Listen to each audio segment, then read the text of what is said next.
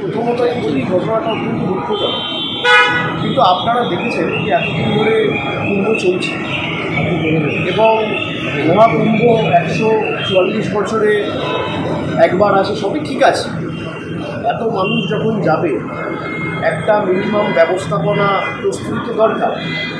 এখানে প্রস্তুতি কম, ব্যবস্থাপনা কম, পরিকল্পনা কম, প্রচার ঢাকঢোল পিটিয়ে পাবলিসিটি বেশি, খালি মার্কেটিং আর পরিকল্পনা নেই। এই জিনিসটাই যদি অন্য কোনো রাজ্যে হতো, বিশেষ করে বিজেপি বিরোধী রাজ্যে, যদি তামিলনাড়ুতে হতো বা বাংলায় হতো বা অন্য কোনো রাজ্যে যারা বিজেপির বিরুদ্ধে লড়াই করছে, এতক্ষণ রাষ্ট্রপতি শাসনের কথা জারি করার কথা বলা হতো।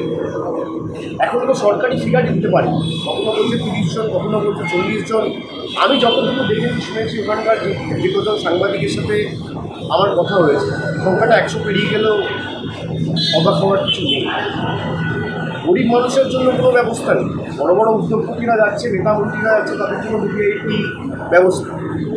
দুঃখের সবার যে অধিকার রয়েছে, গরিব মানুষ, বয়স্ক মানুষ যারা 70 বছর, 75 বছর, 80 বছর, এমনকি 90 বছরের বয়োজ্যেষ্ঠ লোকেরা একবার কুম্ভে যাচ্ছে যে আমরা স্নান করব, তাদের জীবদ্দশায় একবার এই সুযোগ পাচ্ছে, তাদের জন্য কোনো ব্যবস্থা নেই। বড় উদ্যোগপতি যারা যাচ্ছেন তাদের জন্য ব্যবস্থা রয়েছে, পুলিশ তাদেরকে খাতির করে নিয়ে যাচ্ছে, প্রশাসন তাদের পাশে রয়েছে, গরিব মানুষের পাশে রয়েছে। এবং প্রচার বেশি আর প্রস্তুতি কম হলে যা হয়, দুর্ভাগ্যজনক, বেদনাদায়ক। আমি আশা করব এই ঘটনাগুলোর পর থেকে, এই ঘটনাগুলোর থেকে এরা শিক্ষা নেবে, কিন্তু বিজেপি কোনো ঘটনা থেকে শিক্ষা নেয়। এরা ভাবে যে আমরা দেশটাকে কিনে রেখেছি, আর সংবাদ মাধ্যম তো এদের হাতে, যা বলবো তাই চলবে।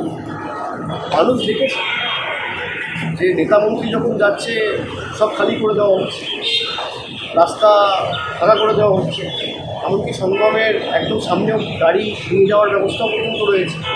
এগুলো কোনোদিন অ্যালাউ করা উচিত নয়। আমরাও তো এখানে গঙ্গাসাগর করেছি, আমাদের রাজ্য সরকারও তো করেছে, তাই নেই করে 14 বছর সরকার ক্ষমতায়।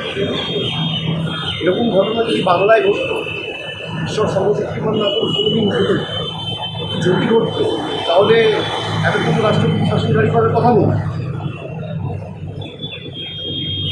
আমার বলার কিছু নেই, মানুষ দেখছে।